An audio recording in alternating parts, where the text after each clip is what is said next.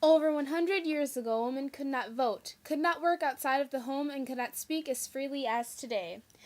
Without the women's rights movement, where would we be today? Women have faced tremendous obstacles just so that we can be where we are today. The women's rights movement is an important event in history because it changed a lot of things. It changed the way society looked at women.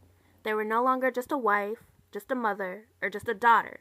1848 was also the first appearance of one of the first activists, Susan B. Anthony, and her lifelong friend, Elizabeth Stanton. Susan B. Anthony was the founder of NASA, also known as National American Women's Suffrage Association, and was the first person arrested, put on trial, and fined for voting on November 5, 1872. Elizabeth Stanton organized America's first women's rights convention in Seneca Falls, New York.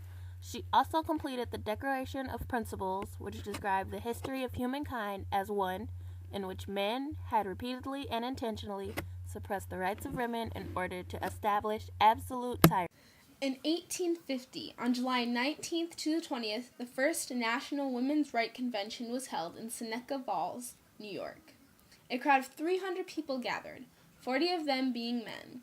They were there to discuss women's suffrage. They had Lucretia Mott representing them along with Elizabeth Stanton.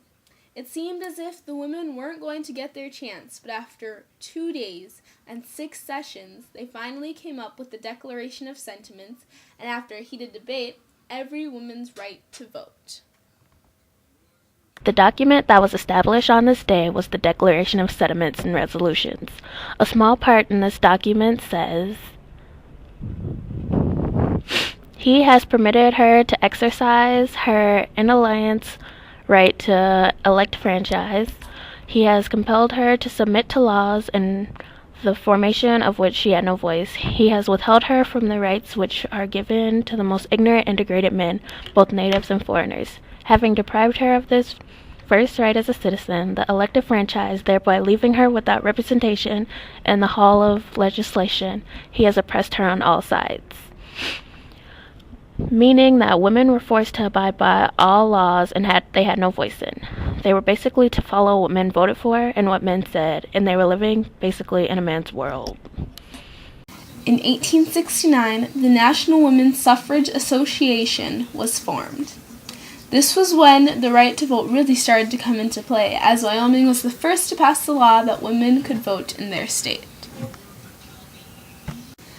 As years passed, another group was formed, the American Women's Suffrage Association. In 1890, the National Women's Suffrage Association came together with the American Women's Suffrage Association, forming the NAWSA, also known as the National American Suffrage Association. This group was now the women's movement's main organization. The NAWSA traveled from state to state, giving speeches and making campaigns to let everyone know what they were about. Women wanted to obtain the right to vote. In 1896, the National Association of Colored Women is formed. This has brought together over 100 black women's rights clubs. Leaders include Mary Terrell, Josephine Ruffin, and Ann Cooper. The National Women's Trade Union League, developed in 1903, helped women who were in working class and in well-off jobs. They helped to organize labor unions and to eradicate any sweatshop conditions. The WTUL were very popular in many strikes that were held within the first 2 decades of the 20th century. During this, the International Ladies Garment Workers Union and the Amalgamated Workers of America were formed. Finally, on June 4th, 1919, the Federal Women's Suffrage Amendment, written by Susan B. Anthony, was passed by the House of Representatives. This was the 19th Amendment. In the first section, it says, "The right of citizens of the United States shall not be denied or abridged by the United States or by any state of account of sex." In the second section of this amendment simply states that Congress shall have the power to enforce this article by appropriate legislation. By July of 1920, many southern states had not accepted this amendment, and it all came down to the state of Tennessee.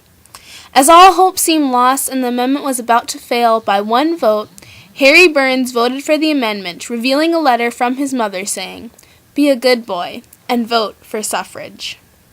In 1920, the Women's Bureau of the Department of Labor is formed to collect information about women in the workforce and working conditions.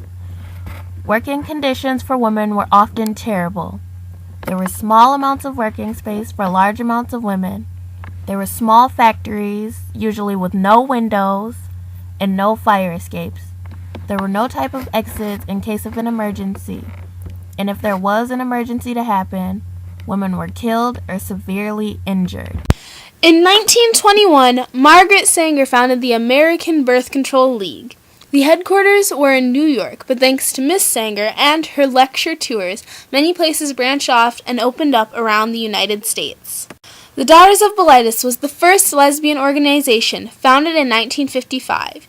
It was supposed to be the alternative to lesbian bars, which, by the way, were illegal and were subject to raids and police harassment. This organization lasted 14 years and educated not only lesbians of the time, but also gay men, researchers, and mental health professionals.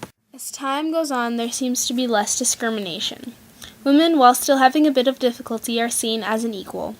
The latest addition to equality in the U.S. is President Obama signing the Lilly Ledbetter Fair Pay Restoration Act. This allows any victim of discrimination to file a complaint to the government within 180 days of their last paycheck. Hopefully, this will improve things as far as women's pay and as far as any other discrimination that still happens to happen.